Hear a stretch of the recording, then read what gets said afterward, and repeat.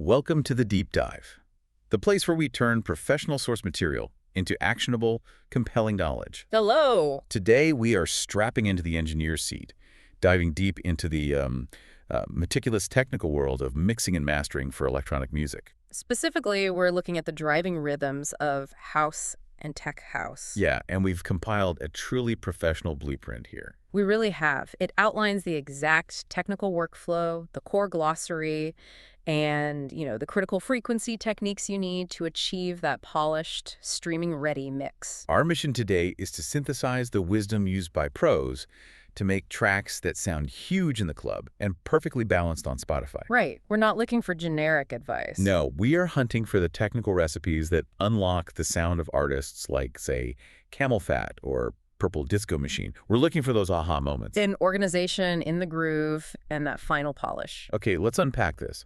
Where does professional sound even begin? Because our sources say it starts well before you even touch an EQ plugin. That's absolutely right. It starts with architectural discipline, specifically with bus architecture and meticulous gain staging.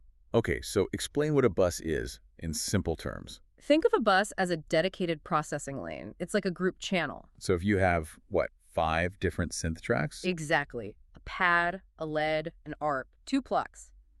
You route them all to one single synth bus. That makes incredible sense. It must save a ton of CPU power. It does, because you only load your reverb or your compressor once for the whole group.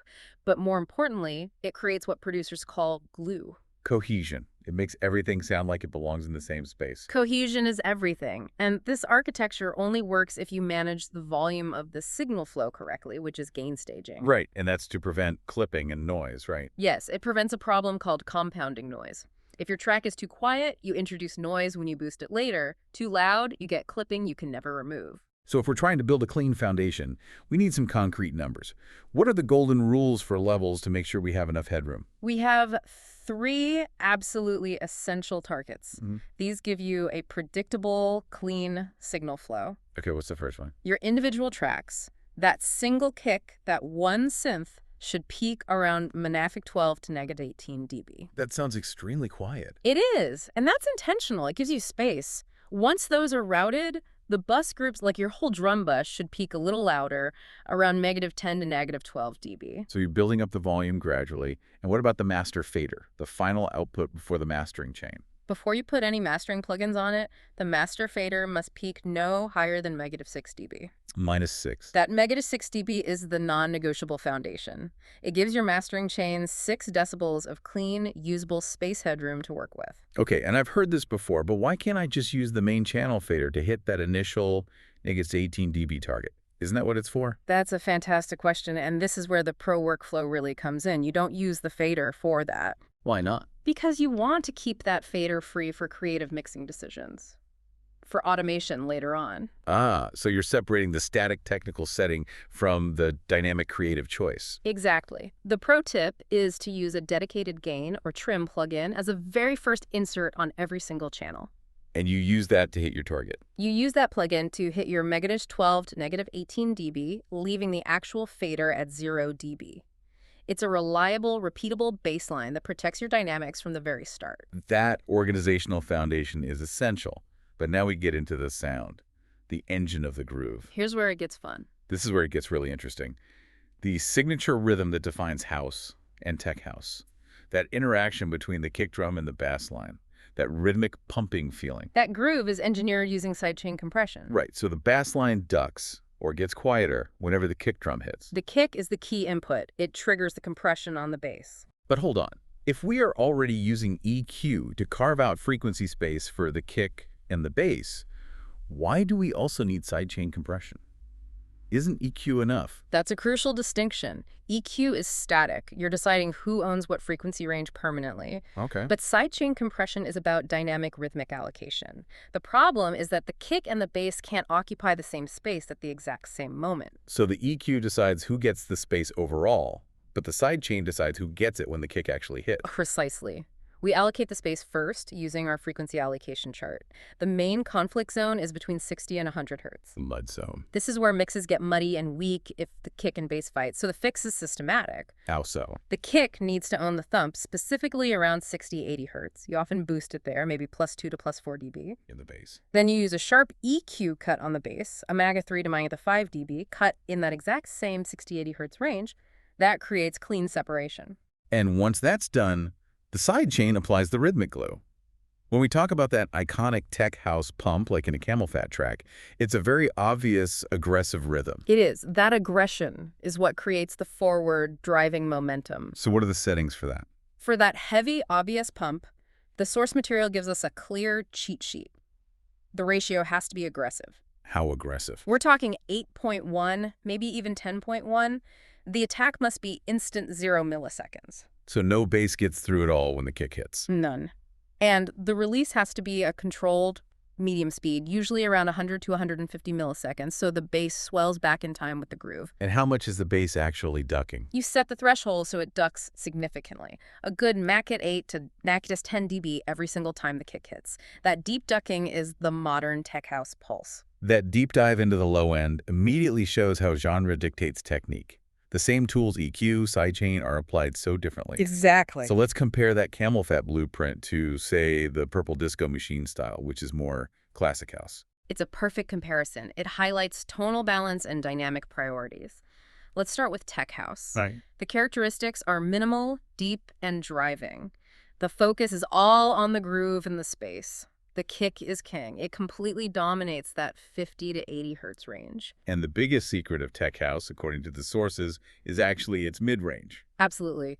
Tech house actively strips out energy in the 300 to 800 hertz range, that mud zone, to create this intense space and clarity for the rhythm. Minimal clutter. Yeah. And a heavy, obvious sidechain. Very obvious.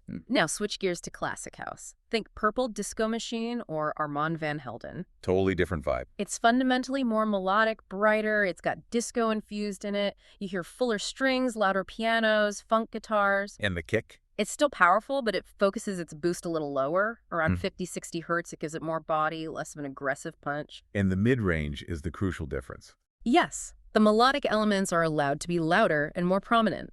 You want those instruments to occupy the mids and highs, giving the whole mix a fuller, brighter character. And I assume the sidechain has to be different then. You don't want the piano to just vanish. Correct.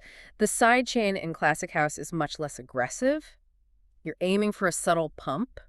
You're only ducking the bass maybe a -3 to -4 dB. But it's softer ratio, I imagine. Maybe 4.1. The key takeaway is this. Tech house prioritizes the kick and a clean mid-range. Classic house allows for a full, bright, melodic mix with dynamics that still breathe. Fantastic. So we've organized our project, we've locked down the groove with precise EQ and sidechaining, and the mix is balanced. Now the final hurdle, mastering. How do we make this thing loud and safe for Spotify? So what does this all mean? Well, the professional secret to mastering isn't just the tools you use, but the chain itself. The order of the plugins is completely non-negotiable. The order matters. It's everything. If you try to fix a dynamic problem before fixing a frequency problem, you're just fighting yourself. Okay, so let's walk through this crucial 7-step chain. What's first? It's linear phase EQ, then multiband compression, then stereo imaging, saturation, a mastering compressor, a final EQ, and finally, the limiter. Phew. So why start with a linear phase EQ? Because you have to fix any frequency imbalances in the mix first. You fix the tone before you control the dynamics. Okay, and then immediately after that is multiband compression. Yes, this is your dynamic control for specific frequency ranges. If your low end only jumps out on certain notes, you compress only the low frequencies, leaving the highs alone. It stabilizes the mix. And then comes a really critical stage for club tracks, stereo imaging. This is a huge safety check. Low frequencies, specifically anything from 20 up to 150 hertz, must be forced to mono, 0% width. Why is that so important? Because bass in stereo is a huge risk. Phase cancellations can happen on big club sound systems, and your track will instantly lose all its power. So how do you actually check for that? For phase issues? You use a correlation meter. It's a visual tool. If that needle drops into the negative zone, you have a problem. I see. A professional master ensures the low end is dead center, so the meter stays firmly in the positive, near +1. You can widen the mids and highs a bit, maybe 110%, but the sub has to be mono. Okay, so after width comes saturation. Now, why would you add distortion to a clean mix? It's a gentle harmonic distortion. Using a tape or tube emulation plugin adds warmth and thickness. It makes the track sound more analog and fuller before it hits the limiter. So it increases the perceived loudness. Exactly, which means you don't have to crush the mix as hard with the final limiter to get the volume you need. Which brings us to that final weapon, the limiter. This is where we hit the loudness targets for streaming services. Right, and it's not about being the loudest, it's about safety and consistency. You have to hit two critical numbers. The first is the loudness target. Measured in LUFS. LUFS integrated, which is the average loudness over the whole song. Spotify targets Natica 14 LUFS integrated. And Apple Music. They target -16 LUFS. The takeaway is simple.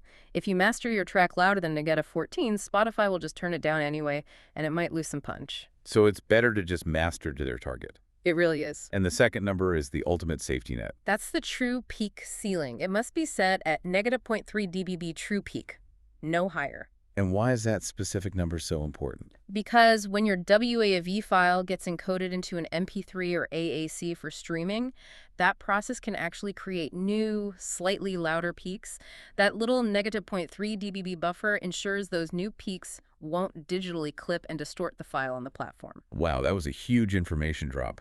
We've gone from gain staging all the way to the final mastering chain. We've locked the groove with EQ and sidechaining and secured the final quality with LUFS and True Peak. And the core philosophy from all the sources is constant. Mixing is 80% of your sound. You cannot fix a bad mix in mastering. Right, if you're making huge EQ cuts in the mastering stage, something is broken in the mix itself. You have to go back. And reference tracks are your compass. Use a spectrum analyzer. See how camel fat clears out that muddy mid-range? Or how a purple disco machine keeps that body in the low mids? They stop your ears from lying to you after hours in the studio. Absolutely. We've armed you with the essential knowledge, from your first gain plugin to your final true peak limiter setting. The workflow is laid out clearly. But professional sound is confirmed not just on your expensive studio monitors. The final step is checking your mix on every system. Your headphones, your laptop, your phone, your car stereo. This ensures the tight low end and clear highs translate universally. It's the most important step. So why do you think that final real-world translation check is often the hardest step for producers to truly trust and execute correctly? That's something to chew on as you go make some great music.